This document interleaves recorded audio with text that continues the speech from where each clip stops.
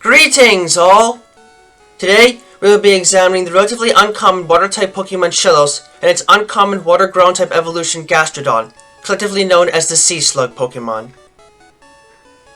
Though the forms might differ depending upon what part of the world you are in, the members of the Shellos family are unique creatures that can prove that having soft flesh doesn't necessarily mean that a creature is weak and easy to handle. Shellos are divided into two main groups, West Sea and East Sea forms. Both forms have yellow trim to their bodies that mark the edges of their form and frame their large black eyes. West Sea Shellos have a white underbelly area with a pink upper coat, as well as a series of small, soft spines on their back and a series of anemone-like protrusions on their head that end in a cap of darker pink flesh. East Sea Shellos, on the other hand, have a green underbelly area and a blue upper form, with a pair of yellow-trimmed wing-like fleshy outgrowths on their back and a pair of wing-like bulbous protrusions on their head that have white caps on the end. The evolved form Gastrodon also have the same gimmick, with West Sea forms having a pink underbelly and brown upper form, and East Sea having blue underbellies with a green top, but both are framed with three larger black and white eyes on their face. West Sea variants have a series of bumpy protrusions on their back with two pairs of horn-like fleshy outgrowths on their head that point upward, while the East Sea variant has a frill that runs along their back with yellow trim, having a pair of horn-like growths on their head that point towards their back end. Shellos and Gastrodon, who are distant relatives to the members of the Shelder family, are mainly studied in places like the Sinnoh region because they come in two different varieties, a pink variety that is found only on the western half of the region, and a blue variety that is found only on the eastern half, each with morphological differences besides color.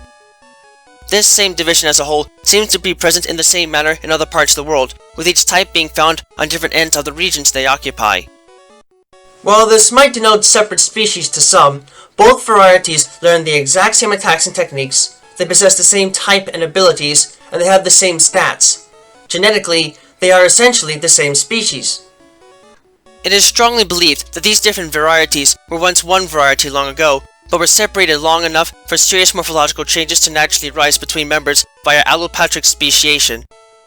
These creatures are still in the developmental phases of this process, however, as both varieties of Shellos and Gastrodon are capable of mating without any problem, with the mother's form being the selected one when determining the form of the offspring. Their presence in other parts of the world complicates matters somewhat further, as the color and appearance they take on seems to be affected by the specific habitat and water temperature near the seashore where they live in, and especially what they eat, with more vibrant colors being associated with more thriving food resources, and warm and cold waters resulting in the west and east forms, respectively. Research is still being conducted at the moment as to whether or not this is a deciding factor in the division that separates Shellos and Gastrodon in the Sinnoh region where they were first described, and experiments are underway to see how a change in food and/or environment may affect their color and form, and whether there are any possible body colors for the creatures other than those already observed. As far as their abilities are concerned, these creatures naturally release a sticky liquid from their forms that can be very difficult to remove oneself from, and have a tendency to use their bodies to soak up large quantities of water around them just by being in its vicinity, so they can have sticky hold and storm drain as base abilities. While those that are able to make good use of their regenerative powers to actually boost their power by absorbing sand into their bodies can also have Sand Force as a hidden ability. In terms of stats, in looking at Gastrodon, it can be said that their forms are fairly soft and squishy and slow-moving, and don't have much to offer in the way of pure physical power, but they can take some decent hits from special attacks and deliver them back in turn, plus they have a great deal of stamina, so the base special defense stat is above average for a fully evolved ground-type Pokemon, and the base HP and special attack stats are above average for a fully evolved water and ground-type Pokemon. They might not look that dangerous, but these sea slugs can still put up a decent fight and definitely take a bit more punishment than most might expect at first glance. Shellos themselves are relatively simple creatures that live fairly basic lives. Like marine slugs, Shellos strictly live near sources of water in order to keep their bodies hydrated, as they easily dry out in harsh conditions on land, even though they can function outside of the water for short periods of time, and feed on low-lying plants and plankton for food. Besides their attacks, Shellos sadly have little to defend themselves with, but if they are squeezed too harshly or otherwise sense that they are in danger, they will release a strange, sticky purple fluid from their bodies under the associated stress.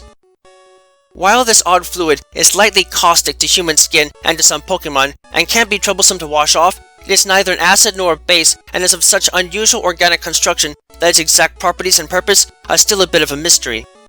At the very least though, it can be thought to be some sort of greasy sweat. While its exact purpose is unclear, if anything else, this fluid could be seen as a deterrent to predators, though it might have been more effective in the past.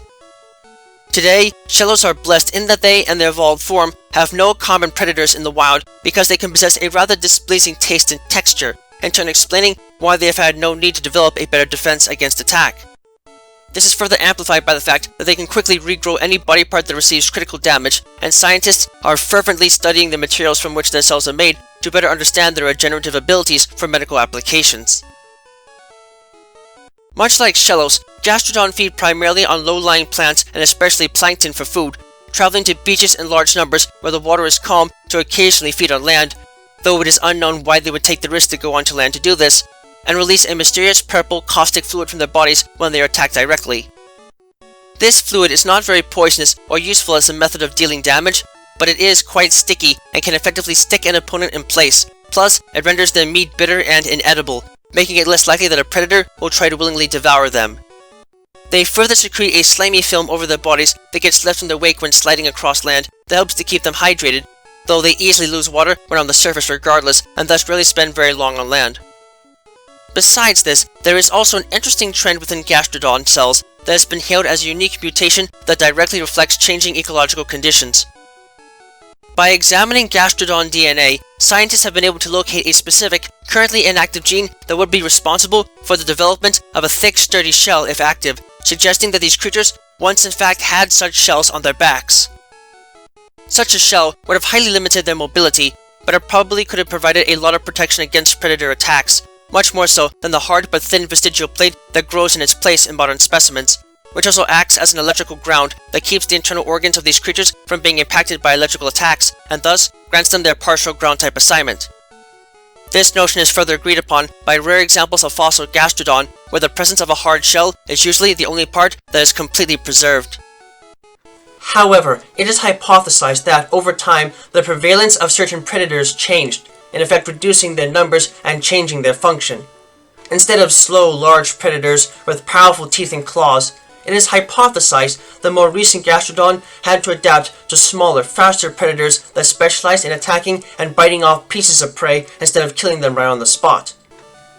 As a result, ancient Gastrodon eventually lost their shells altogether, allowing them to move a bit faster, even if it took away their primary piece of protection at the time. It seems that they may have developed a counterbalance, however. Although modern Gastrodon have soft, boneless bodies, their forms allow them to absorb kinetic impacts fairly well and show surprising resilience against physical harm. Plus, they can regenerate any lost body parts within a few hours, so they can certainly take care of themselves and are a far larger threat than their small, odd-looking forms might otherwise suggest. While they might come off as too cute or strange to be of much concern, the members of the Shellos family are unique invertebrates that can certainly pack a decent punch and take damage fairly well. You may have a hard time deciding between which form to work with, if the choice is available, but regardless, these beasties can make for decent partners and easy Pokemon to raise or take care of, so long as one can keep them near water. Just make sure that you are gentle when handling them if you happen to come across one. Otherwise, you might find yourself in a sticky situation that might be hard to get out of without potentially aggravating these sea slugs even more.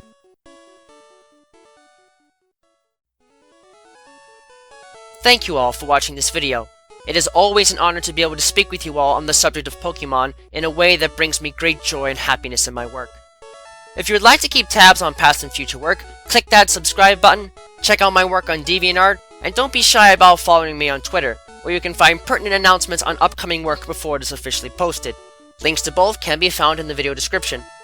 If you would like to support my work and help Miguel and I continue to produce more content for you and improve upon our presentation, please visit us at my Patreon page, which you can also find a link to in the video description. Yeah, no. With that, I thank you for watching and I wish you well.